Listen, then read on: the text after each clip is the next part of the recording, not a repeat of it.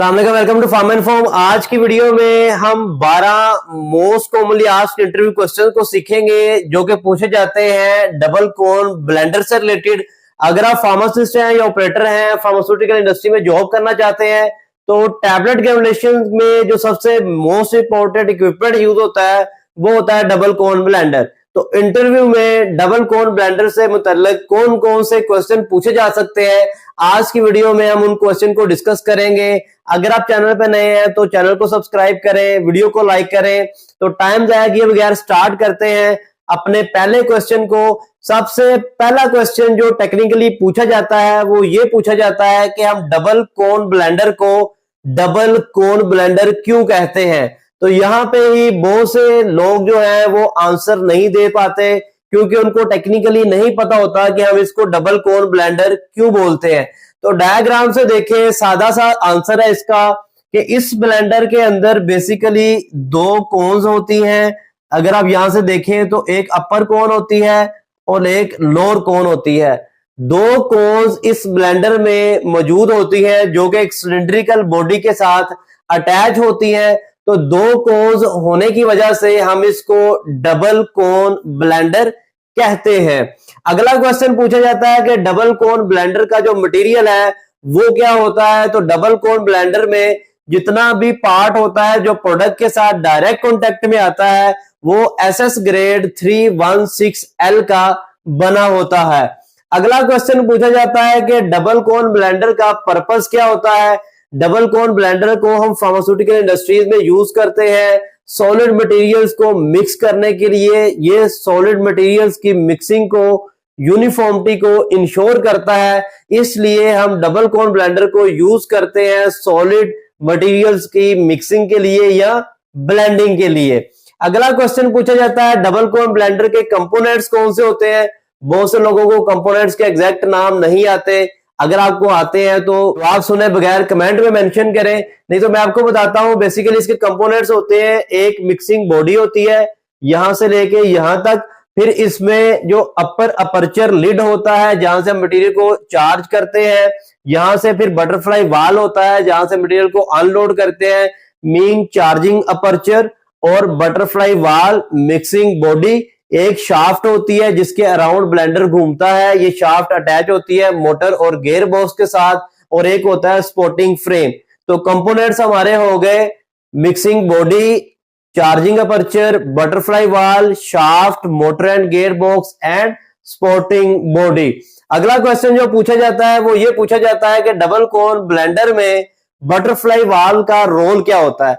Butterfly valve को हम discharging valve भी बोलते हैं। तो बटरफ्लाई वाल्व को ओपन करके हम अपने प्रोडक्ट को, जब ब्लेंडिंग का प्रोसेस कंप्लीट हो जाता है तो यहां से कंटेनर्स के अंदर ऑफलोड करते हैं। अगला क्वेश्चन पूछा जाता है role of shaft in double cone blender, mean ये जो शाफ्ट होती है डबल कोन ब्लेंडर में, इस शाफ्ट का पर्पस क्या होता है। तो डबल कोन ब्लेंडर में ये जो शाफ्ट होती है ये मोटर के साथ अटैच होती है। तो जब ये शाफ्ट घूमती है तो बेसिकली हमारा ब्लेंडर घूमता है, रोटेट करता है। तो ये शाफ्ट हमारे ब्लेंडर की रोटेशन के लिए बहुत ही इंपॉर्टेंट रोल प्ले करती है। अगला क्वेश्चन पूछा जाता है वर्किंग प्रिंसिपल क्या होता है डबल कोन ब्लेंडर का। बहुत ही इंपॉर्टेंट क्वेश्चन है। तो डबल कोन ब्लेंडर काम करता है टम्बलिंग और शेयरिंग के प्रिंसिपल के ऊपर। अगला क्वेश्चन जो आपसे पूछा जा सकता है वो ये पूछा जा सकता है कि जो स्पोर्टिंग फ्रेम होता है डबल कोन ब्लेंडर का, उसका रोल क्या होता है। तो जैसा कि नाम से ही जाहिर है स्पोर्टिंग, तो ये बेसिकली हमारा जो पूरा ब्लेंडर होता है डबल कोन ब्लेंडर, इसको सपोर्ट देता है। इसको अपनी जगह पे खड़ा रखने के लिए, फिक्स करने के लिए हम सपोर्टिंग फ्रेम को यूज करते हैं। अगला क्वेश्चन पूछा जाता है कि किस टाइप की क्लीनिंग जो है वो डबल कोन ब्लेंडर के लिए परफॉर्म की जा सकती है।